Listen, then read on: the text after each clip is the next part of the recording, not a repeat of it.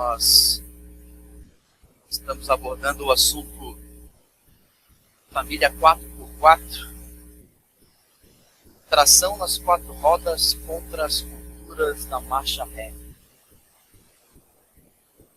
Hoje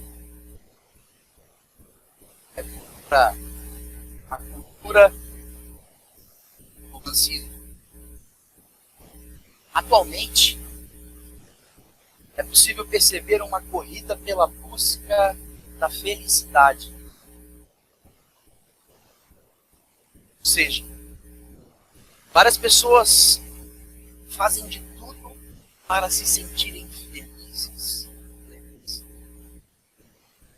E essa procura, ela não se resume apenas ao campo pessoal, emocional. Ela passa pelo relacionamento. O problema pode ser na percepção sobre o que de fato é um casamento ou uma família bem-sucedida, ou a felicidade dentro de um relacionamento.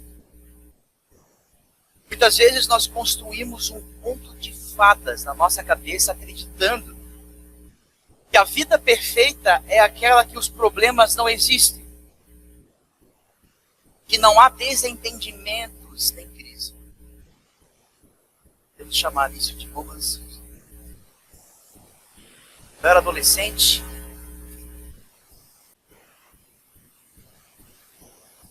criava uma ilusão, gerava expectativas inatingíveis.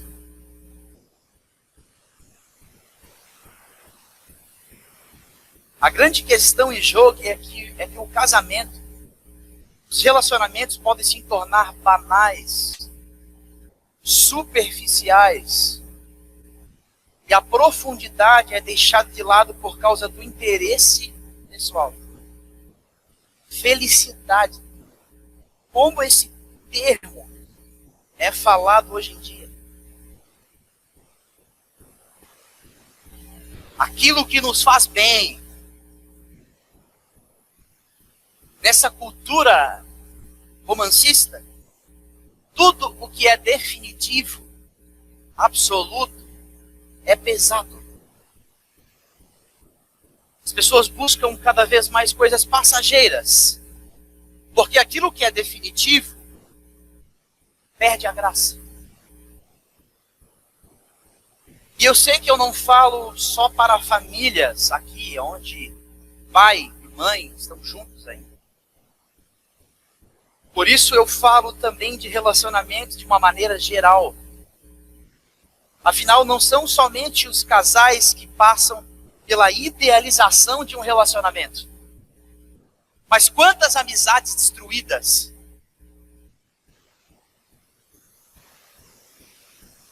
Nessa busca pela felicidade, pelo que me faz sentir bem, não há espaço para erros. Não há espaço para desavenças, sofrimento. Muitas são as famílias destruídas quando alguém, o marido ou a mulher, agora estão passando por um grande sofrimento, uma doença física. Então não se aguenta e se abandona, pula do barco. Por quê? Porque eu preciso me sentir bem.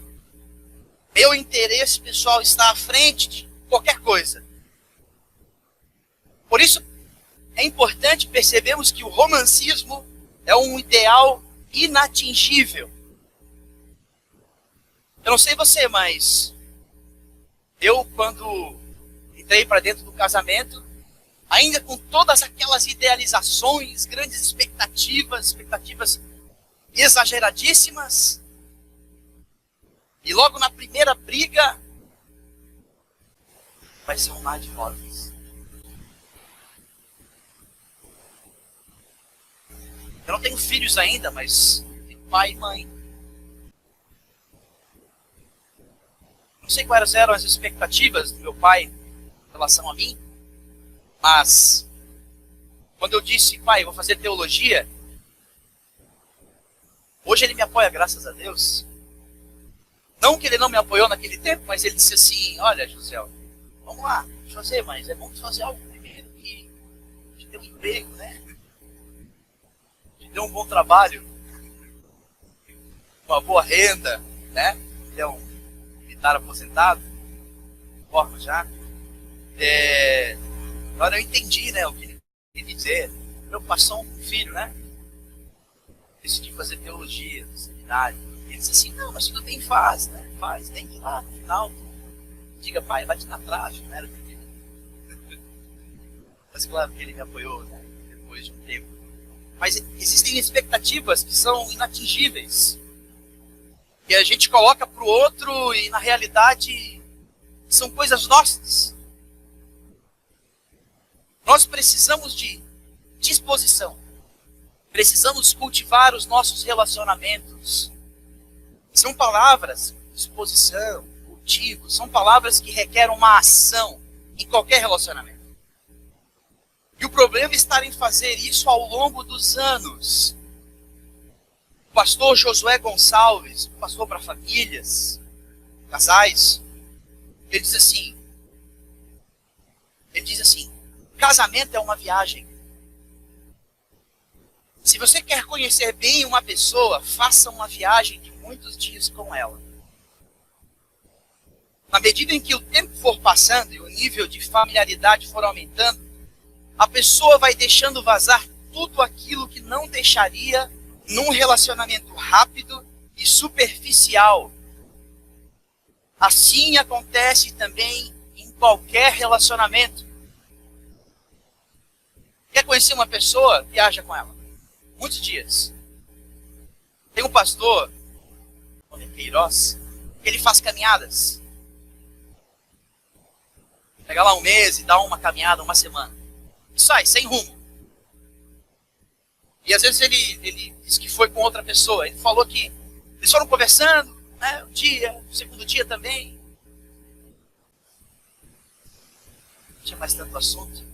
E eles começaram a apreciar as belezas dos locais onde eles estavam passando. Ele falou que você conhece uma pessoa com muita profundidade. Você passa intensamente tempo com essa pessoa. Para que mais intensamente que dentro de um casamento? Dentro de um relacionamento?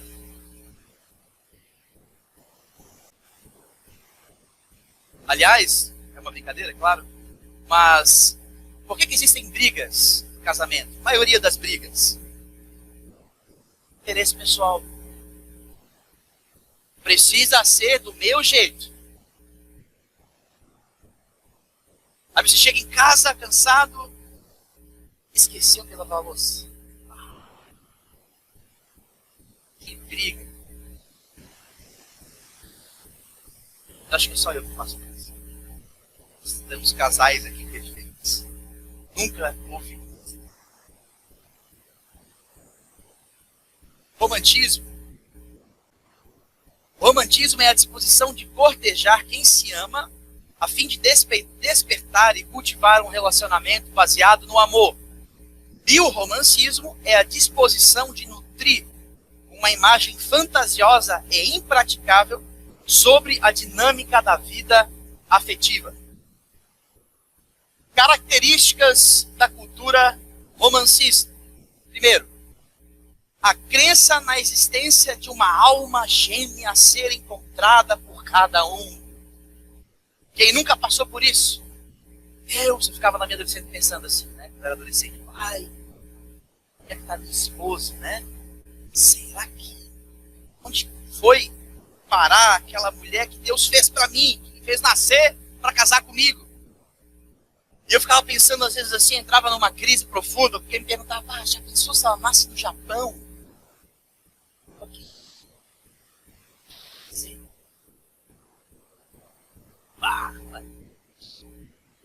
Pensou? Olha, gente,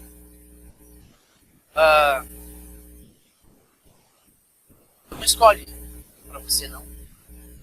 Aliás, Deus fez isso lá no Jardim do Éden, né? Com Adão e Eva. Deu certo. Não está mexendo com esse negócio mais não. É a gente que escolhe. Deus deu esse livre-arbítrio para nós. É claro que pai e mãe podem dar dicas. E a gente tem que escutar, né? Analisar, ver a compatibilidade, né? Obviamente não existe algo ideal. Claro que a gente pode orar e pedir a Deus que Deus encaminhe alguém parecido com a gente, que a gente consiga conviver, né, a vida juntos. Mas o problema é que tem pessoas que dizem: eu estou à espera do que Deus escolheu para mim.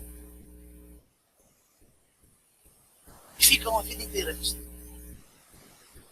Segundo, a busca por uma química irresistível que me satisfaça completamente. A busca por uma química irresistível que me satisfaça completamente. É por isso que há pessoas cada vez mais machucadas. O interessante aqui é entender que o sexo, o relacionamento, segundo a palavra de Deus, é o unir-se. E tem a ideia de cimentar-se, colar-se. Quando você cola um papel no outro, depois você tenta tirar, dificilmente você vai tirar sem rasgar. Quanto mais as pessoas buscam isso umas nas outras, mais pedaços vão se fazendo. Mais vazias e machucadas elas vão ficando. Obviamente Deus perdoa e Deus faz tudo novo. A expectativa por um relacionamento com compatibilidade ideal. Compatibilidade até que é importante, mas não existe um ideal. Por isso também precisamos aprender com as diferenças entre nós. Entre um ambiente familiar. Fico pensando, né, eu sou muito parecido com a Daisy em vários aspectos. Mas em outros, a gente é completamente diferente. Quem está na Munil lá com a gente sabe. A gente é bem diferente em algumas coisas. Eu sou tudo mais brincalhão, mais explosivo, e ela é toda mais reservada. Né, fica me puxando pelo céu, chega. Parar. E a gente se completa nas nossas imperfeições. Consequências da cultura romancista. Vamos lá. Primeiro, o adiamento do casamento pela busca constante da pessoa ideal. Há pessoas que querem alguém que não existe, simples assim. É importante dentro dessa análise que você tenha uma expectativa sobre alguém, você que está prestes a casar aí, está procurando alguém, né, para ter um casamento, para ter uma bênção na vida, como essa. É importante você entender que, quando você idealiza, você precisa, em primeiro lugar, ver se você é aquela pessoa quem você está idealizando alguém. Se você supra as expectativas que você mesmo colocou para as outras pessoas.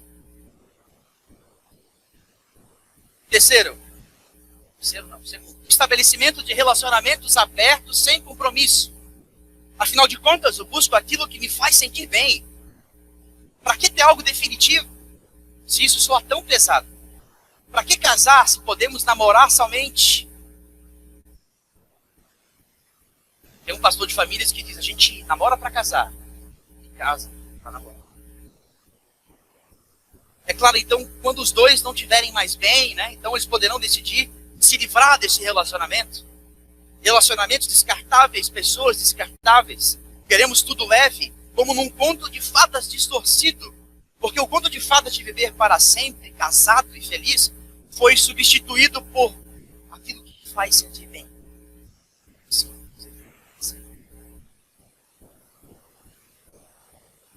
A tendência de esmagar o outro com expectativas inatingíveis. Você projeta na outra pessoa tantas expectativas que podem destruir a pessoa se a mesma tenta corresponder a tudo que você colocou.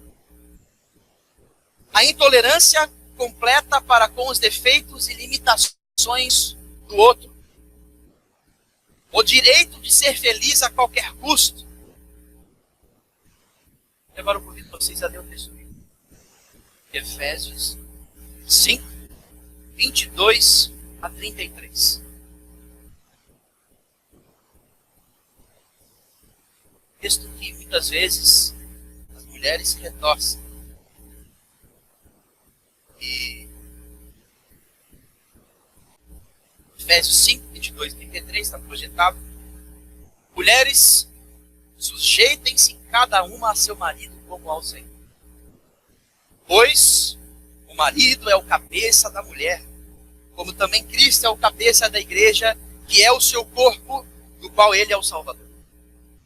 Assim como a igreja está sujeita a Cristo, também as mulheres estejam em tudo sujeitas a seus maridos. Maridos, ame cada um a sua mulher, assim como Cristo amou a igreja e entregou-se por ela, para santificá-la, tendo-a purificado pelo lavar da água mediante a palavra, e para apresentá-la a si mesmo como igreja gloriosa, sem mancha, nem ruga, ou coisa semelhante, mas santa e inculpável.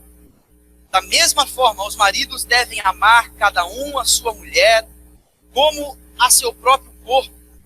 Quem ama a sua mulher, ama a si mesmo. Além do mais, ninguém jamais odiou o seu próprio corpo, antes o alimenta e dele cuida, como também Cristo faz com a igreja, pois somos membros do seu corpo. Por essa razão, o homem deixará pai e mãe e se unirá à sua mulher, e os dois se tornarão uma só carne. Este é um mistério profundo. Firme, porém, a Cristo e a igreja. Portanto, cada um de vocês também ame a sua mulher como a si mesmo, e a mulher trate o marido com todo respeito. Qual é a relação entre casamento e evangelho? O evangelho é a chave para o sucesso no casamento. O evangelho é a chave para todo o relacionamento. Porque existe uma grande diferença entre amor sacrificial e interesse pessoal. Em qualquer relacionamento é necessário renúncia, com o propósito de resistir à cultura romancista. Substitua compatibilidade ideal por reciprocidade funcional. Mulheres, sujeite-se cada um ao seu marido como ao Senhor, pois o marido é o cabeça da mulher, como também Cristo é o cabeça da igreja, que é o seu corpo, do qual ele é o Salvador. No texto de Efésios 5, o apóstolo Paulo fala para os crentes serem cheios do Espírito Santo, e que a partir disso podem viver de modo prático em vários relacionamentos humanos. É uma lista de responsabilidades mútuas. Sujeitem-se uns aos outros. Paulo mostra como em cada relacionamento da vida, cada participante pode adotar uma atitude conciliatória que será de serventia. A estrutura gramatical mostra que essa mútua submissão está associada à plenitude do Espírito Santo. Há muitos homens que se apoiam nesse texto para que as suas esposas o obedeçam irrestritamente. Sujeitar-se ao marido implica em abrir mão dos direitos, se o relacionamento assim exigisse. O termo podia conotar obediência, como na disciplina militar, mas a palavra obedecer não aparece nas escrituras no tocante às esposas. Embora seja usada no tocante aos filhos, aos escravos e ao Senhor. Mas essa submissão não coloca o marido no lugar do Senhor. Pelo contrário, demonstra que a mulher deve se submeter ao marido como um ato de submissão ao Senhor. E ela faz isso porque da mesma forma que Cristo amou a igreja, o homem deve amar a sua esposa. Homem e mulher devem se amar de forma recíproca. Só assim cada um pode ter a sua função no casamento. O homem ser o líder e a mulher ajudar. Está na mesma missão que o marido, sem rebaixamentos, mas em amor. Isso eu falarei mais adiante. O princípio da reciprocidade funcional. Sujeitem-se uns aos outros. Aqui é para todo relacionamento, não é só para o casamento. E isso desafia os maridos a saírem de suas zonas de conforto a fim de liderarem as suas casas conforme o coração de Deus. Desafia as esposas a oferecerem o devido suporte à família. Cria um ambiente altamente propício ao desenvolvimento da maturidade, tanto da esposa quanto do marido. A questão aqui é reciprocidade. Afinal de contas, a parte que cabe ao homem o coloca na posição de amor sacrificial.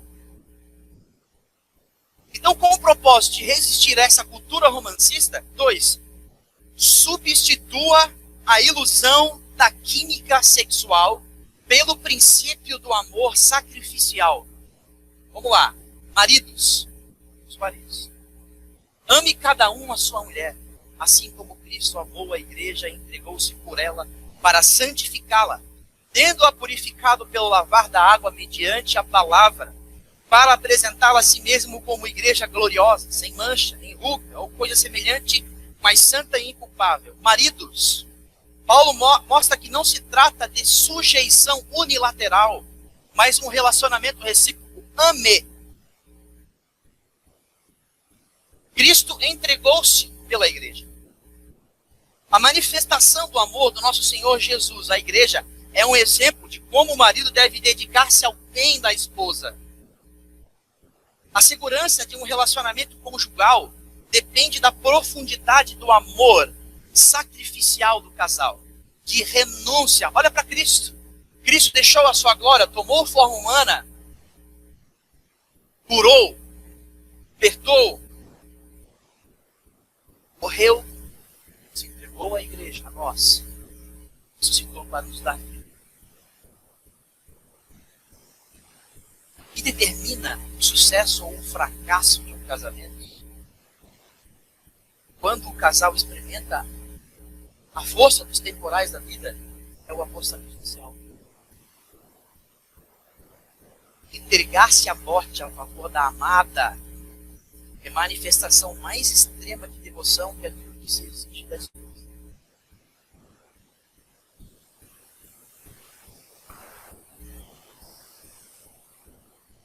O apóstolo está querendo nos ensinar também todas as vezes que o marido investe na sua esposa, mais beneficiado é ele mesmo. Para apresentar-se a si mesmo como igreja, esposa gloriosa, José Gonçalves diz que isso é inteligência conjugal. Se essa não for a visão que orienta a vida dos dois, a competição passa a existir, impedindo que eles sejam aliados íntimos a inimigos.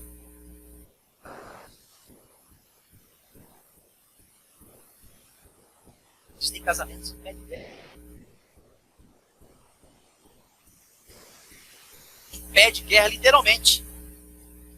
Não tem mais comunicação. Não tem mais amor sacrificial.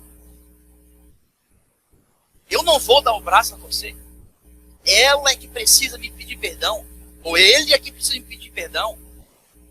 Coisas pequeninhas se tornam grandes. Piscar de olhos. Tem que dar uma aula sobre o que é um casamento. Mas eu já percebo que tem coisas que são muito diferentes. A gente precisa lidar com isso. Simples. Garfo, faca, já é diferente. Faca, lado direito, garfo, mulher, lado esquerdo. Isso é assim na casa, hoje, mas na casa da minha mãe era diferente. Por incrível que pareça, gente, a gente não se brigou. Mas a gente deu boas risadas. Por causa do garfo, faca e colher colocado de forma diferente. Até o estender a roupa eu era diferente. Fiquei muito tempo sozinho, então eu estendi de qualquer jeito, né? Aí quando eu estender lá em casa, quando tá errado, se seca do mesmo jeito. Seca do mesmo jeito. E aí a gente tem uma aula de como estender a roupa. E aí a gente tem que se resumir a nossa insignificância e dizer, de fato você estava certo. Olha, gente, é muito difícil isso acontecer. Né? Qual o ideal? O ideal é que você chega para sua esposa e ela brava, você diz, eu te amo, meu amor. Você estava completamente certo, com a razão. E ela, ao contrário, dizer, ai,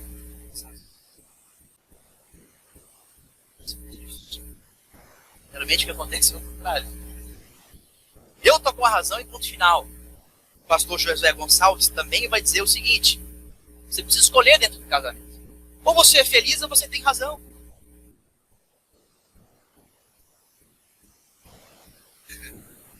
Claro que existem coisas que a gente tem razão, né? E a gente não abre mão. Mas tudo, às vezes, é diferente, é parecido. E às vezes até o que é parecido nos incomoda.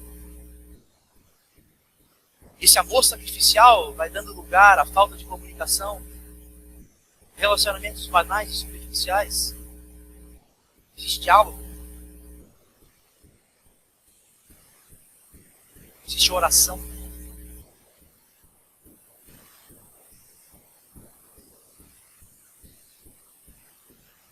Quem manda mais ainda? Antigamente eu ouvia dizer, quem veste as carças em casa sou eu. E no final das contas não tinha nada disso. O princípio do amor sacrificial envolve a disposição de conviver com as mais variadas virtudes e limitações do outro.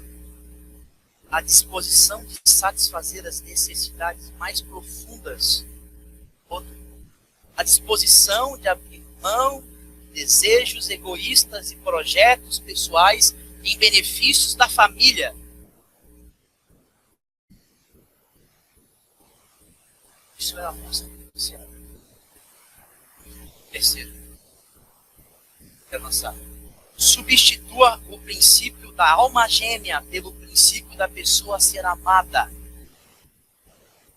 Os maridos devem amar cada um a sua mulher como a seu próprio corpo. Quem ama a sua mulher ama a si mesmo. Além do mais, ninguém jamais odiou o seu próprio corpo. Antes o alimenta e dele cuida, como também Cristo faz com a igreja, pois somos membros do seu corpo.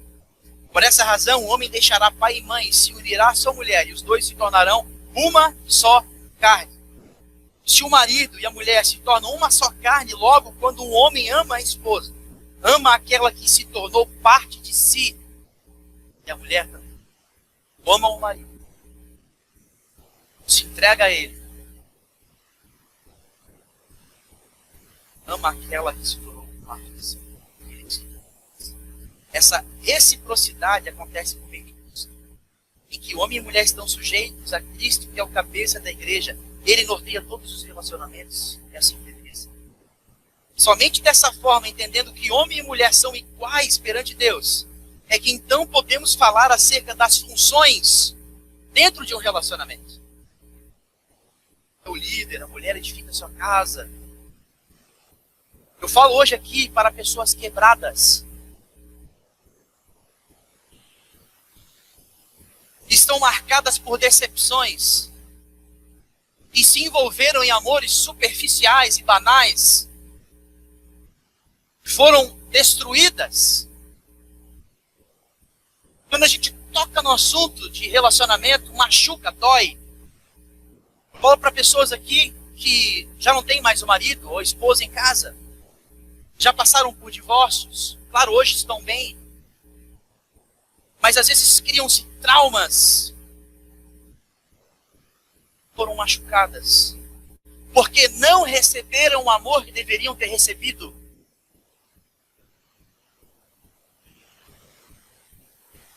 E precisavam desabar, mas na hora de desabar não tinha mais o outro. E o outro colocou em si, na outra pessoa, né? As expectativas inatingíveis, e você tentou com todas as forças preencher todas aquelas expectativas e não teve mais jeito. O casamento ruiu. Filhos que se decepcionaram com pais e mães, que foram totalmente ausentes, e hoje não conseguem mais confiar direito em qualquer pessoa.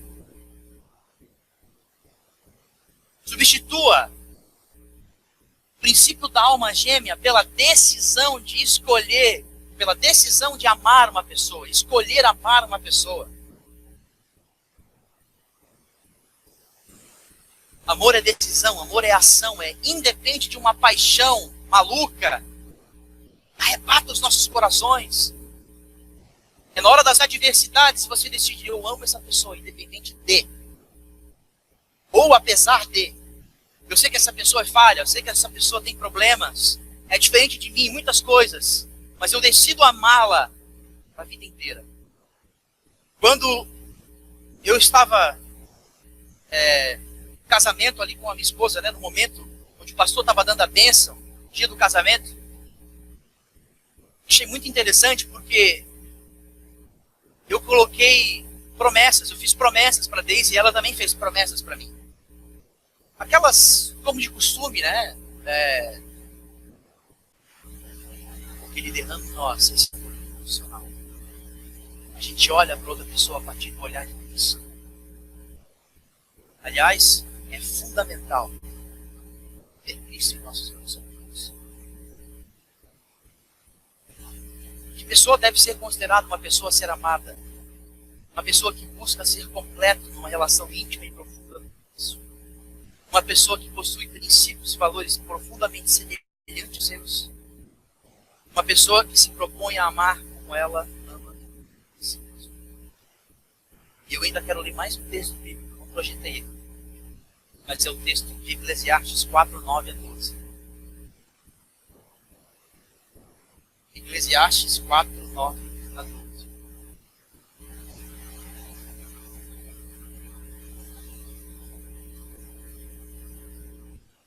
Eclesiastes 4, 9 a 12. Diz assim, ó, é melhor ter companhia do que estar sozinho, porque maior é a recompensa do trabalho de duas pessoas.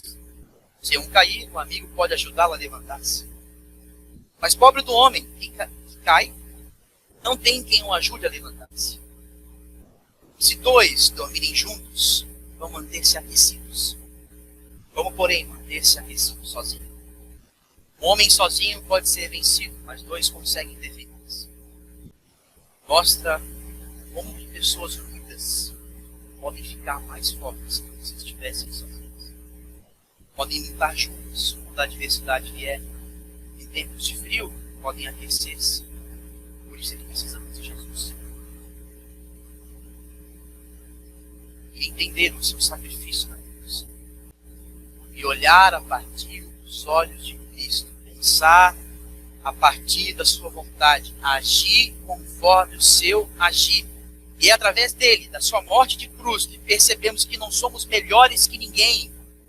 É através desse amor sacrificial que nós entendemos que não somos mais presos ao pecado, mas livres pela graça de Deus. E assim podemos amar intensamente, podemos perdoar. Como isso precisa ser trabalhado em nossas vidas? Perdão. Ele me ofendeu. Ela me ridicularizou diante de todos. Porque eu sou magro, porque eu sou magra, porque eu sou muito gorda, porque eu sou baixinha demais. Ou sou muito alta, ou não sei falar bem português, ou não sei determinado assunto. Quantas vezes só chego em casa e é só reclamações. Mas veja bem, José, ela me ofendeu, ele me ofendeu, e agora? Houve ofensa, são muitos os machucados. Jesus, a caminho da cruz, foi ridicularizado, foi ofendido, apanhou, foi traído. Pedro o negou na frente de todos, e mesmo assim ele ora ao Pai, pede para que o Pai perdoe a todos. E hoje ele quer derramar esse amor sacrificial, esse perdão em nossas vidas. Para que tanta punição para a pessoa que te ofendeu? Por um erro que ele cometeu, mas já se arrependeu, já pediu perdão.